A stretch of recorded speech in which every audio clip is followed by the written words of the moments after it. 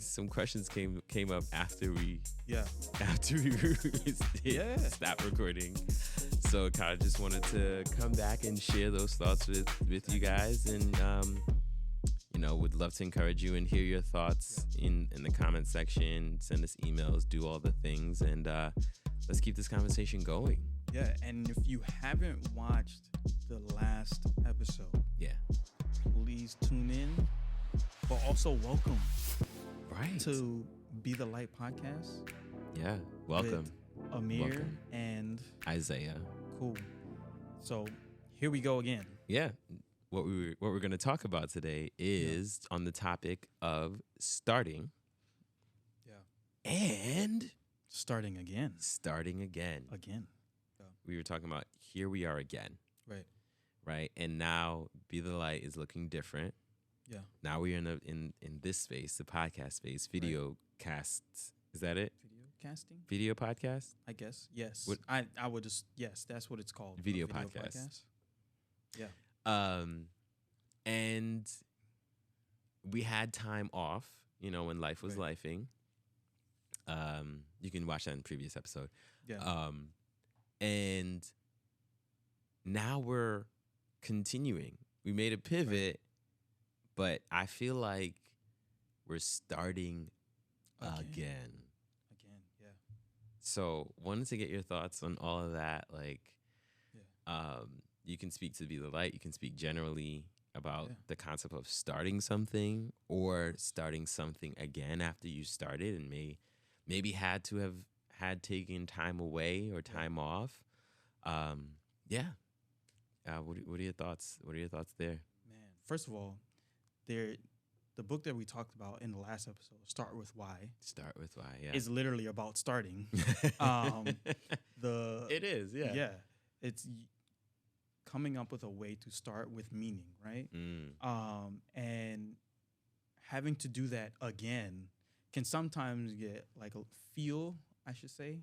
it can sometimes feel a little frustrating, but getting over that hump first of the feeling of self-doubt, those feelings of inadequacy or imposter syndrome is what we would like to call that sometimes. Yeah. Starting again can be a little rough. And you want it to be better than what you started before. When you're starting fresh, there's the I guess you could say the fear of failure a lot of the time, more so. And I feel like with starting again, I feel like I've learned that the feeling of failure is just more a learning experience. What could we take away from what we started originally? Yeah. And what can we just leave as back there that we don't need that for this next one? Yeah. In terms of, for me personally, I feel like I've been in this starting phase so often. Yeah. Whether it be starting with getting married, starting with Be the Light, starting new jobs. It's really interesting how to start a new thing, the experience of being jittery and nervous, it can kind of feel overwhelming, but once you do it often, you realize it's just a part of the process. Yeah. You get into practice of it. Yeah, because I feel like we're always going to be starting something. Yeah. Throughout all of our lives, every different journey. Like we talked about when we had our break, right? I started a marriage. Had a whole child. That's a whole starting process there. Child, a whole one, right? I started as a homeowner. Started as a homeowner too. Wow, yeah. And then I moved as well, so it's starting in a new space. Yeah. And just creating a new environment in a newer environment. And we kind of piggybacking on the last episode, we do. When we were talking about creativity, starting new projects can really be a tough thing to do. Yeah. Because you know me, I Isaiah is the one that gets the brunt of my procrastination syndrome. When I have to create things, and he's like, "There's a deadline on this day." Oh my I'm gosh. like, "Oh man, Oh my I gosh. feel so stressed." Oh my But it's gosh. okay. It's all right. It's like starting a new design every other month. It was Oh what my when we goodness. were doing the clothing line side, Yeah, man. But it's hard. It's it hard, is. and I can relate to those folks out there that you're creating something new, and you. I shouldn't say you. We kind of get this like feeling of, are they gonna like it? We're Mm, thinking of the audience yeah. before we even allow our creative expression to live and breathe. Mm, Um, that's so I good. guess advice for starting a new project would kind of be, allow the thing to breathe first, um, create for you, and then create for your audience, um, because they'll appreciate your authentic creativity first. Yeah. Um, yeah, I mean, because I that's what I realized afterwards. Like at first, I was really thinking about how would people respond or receive what I was creating, Mm-hmm. and that would cause a lot of that blockage. But when I started creating from what I feel like the Lord was showing me, and actually being the light, Yeah. right? Like Yeah. allowing His light to shine through me, Mm-hmm. and my different fragments and stuff that it shines through, Yeah. letting it shine through. Yeah. That's when people started like actually appreciating the things that came out of that. Yeah, I mean, Yeah. there's more, but I wanted you to kind of speak to like Yeah. the starting again on your. Again, like what you said, it's like, will they like it? Mm-hmm. Won't they like it? But then as you were saying that, I had the thought of like, as we mentioned, start with why. Yeah. If you remember your why, Mm-hmm. right, and you let your why drive you, um, and I would even go far as to say if it's a noble cause, right? Yeah. Because people say I'm starting this because I want to make money.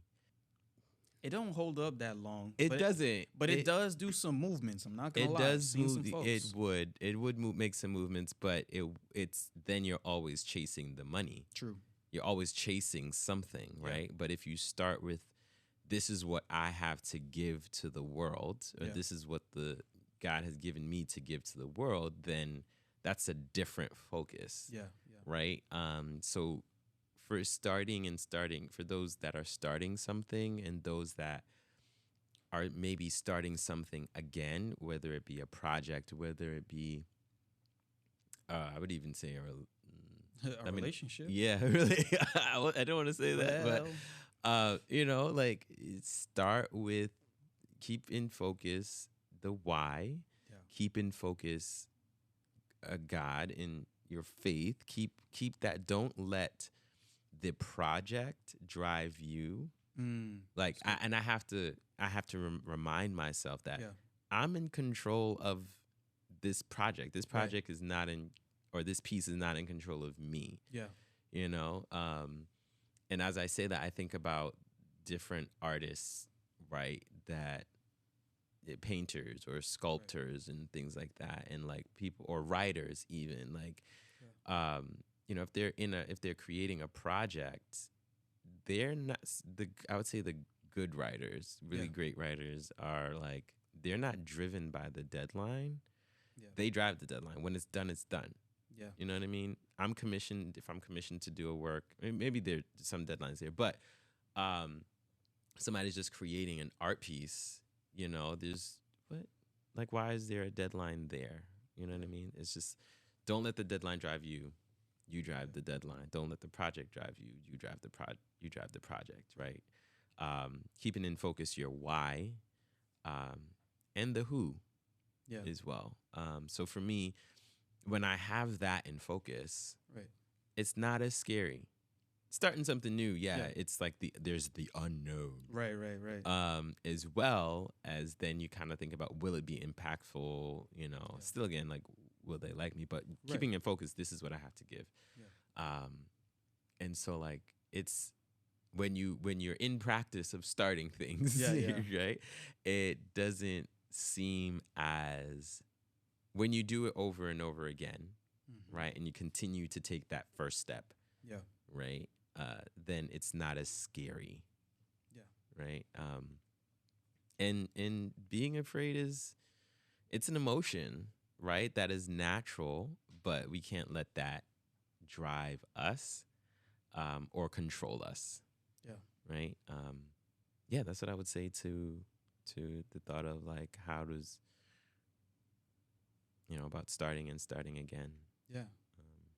But yeah, I mean, that's really good. Like I think about when you mentioned the writers and like different folks that have like deadlines for creating, I just thought about how it's more so the pressure of others that cause those deadlines. yeah, And then that pressure refocuses itself inward and makes it feel like we have to produce um, in the timing of like other folks. Um, but the deadlines are not bad all the time. they're not. No, because it also gives you a sense of urgency. Because I know for me personally, like having a deadline because of my procrastination. Pray for him, y'all. Listen, please. Oh my goodness. Pray for this man. Like I shouldn't be the one to talk because I procrastinate all the time. no, too. yeah. I mean, I feel like it's a part of life. Like Yeah. everybody has a sense of procrastination attached to starting something or doing something in general, right? But it really hinders us from finishing. And there's a book by one of my now top 5 favorite authors, John Acuff. Okay. It's called Finish. Mm. And he actually talks about that in reference to writing, but also in general in terms of creating. And it's to finish, you have to start. Yeah. Like, and to start, you have to take a step, Mm-hmm. And for us to kind of be hindered by the idea of these different deadlines or the idea of what it's supposed to look like in the end, it really paralyzes us from taking that first step. I think sometimes we got to take a step in the mud so that we can get to the concrete or the solid ground on the other side. Yeah. Because if we're not willing to get dirty and look weird and be messy in our first step, Yeah. it won't matter how we finish or if we finish because we never took the first step. So you're not getting anywhere, not making any headway. So yeah, that's so when I think about starting, it looks messy in the beginning. Definitely does. It looks tough. It looks scary, as you said, right? Like, but we have to make that step, that first step. Yeah. Speaking about first steps, Yeah. I think of a quote. I believe it says, "The journey of 1,000 miles begins with one step." Yeah. I don't know who said it, but it's a really poignant quote, right? As you say, I believe it's pretty popular. I've heard that Yeah. before. but my encouragement would be like, don't be outwardly driven Yeah. necessarily, but be driven by your process of creation, Right. right? There's a sermon. I like the title, but the sermon content doesn't apply here, but the title does. Yeah. But I think of Darius Daniels. Okay. He spoke a sermon. He titled it, "It Takes What It Takes." Oh yeah. It takes what it takes. And so like it will, for you to create your art, for you to create, for you to be the light, Right. it may take you a certain way. Yeah. And it may not take other people the same way. Exactly. But your process is your process. Their process is their process because it takes what it takes.